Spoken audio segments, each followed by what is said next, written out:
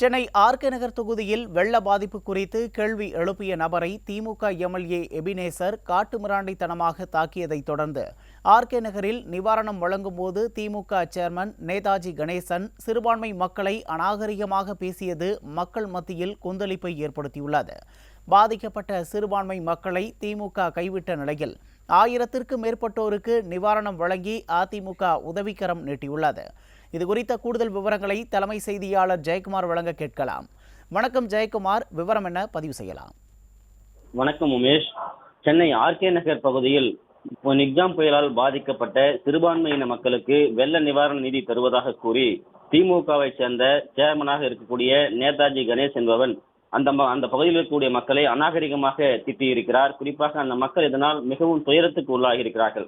நேதாஜி கணேசனிடம் தாங்கள் இதுபோன்று வெள்ள நிவாரண பொருட்களை கேட்கவில்லை, தானாக தருவதாக கூறி வரவழைத்து இதுபோன்று எங்களை அலைகழித்து செய்திருப்பதாக நள்ளிரவில் மறியல் போராட்டம் நடத்தியிருக்கிறார்கள். ஏற்கனவே திமுகவுடைய சட்டமன்ற உறுப்பினராக இருக்கக்கூடிய எபினேசர் என்பவர் வெள்ள நிவாரண பாதிப்புகள் குறித்து கேள்வி எழுப்பிய இளைஞரை ரத்தம் சொட்ட சொட்ட சாக்கிய வீடியோ காட்சிகள் வெளியாகி பரபரப்பை ஏற்படுத்தி அது அடங்குவதற்கு முன்பாக தற்போது திமுகவுடைய சேர்மனாக இருக்கக்கூடிய நேதாஜி கணேஷ் என்பவன் இதுபோன்ற நடவடிக்கையில் ஈடுபட்டிருப்பது அந்த பகுதியில் மிகப்பெரிய அளவில் பரபரப்பை ஏற்படுத்தியிருக்கிறது.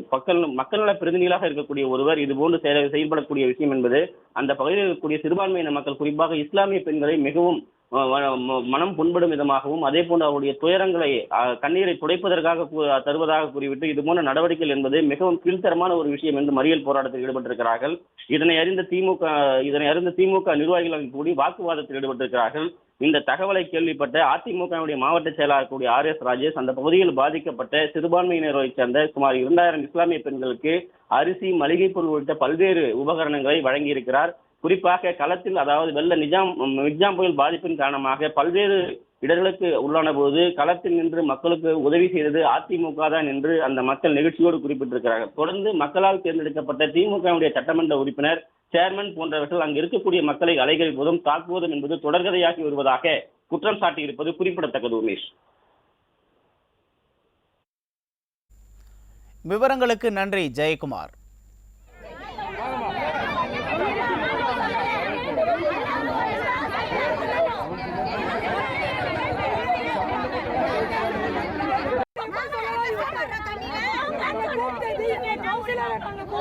அண்ணா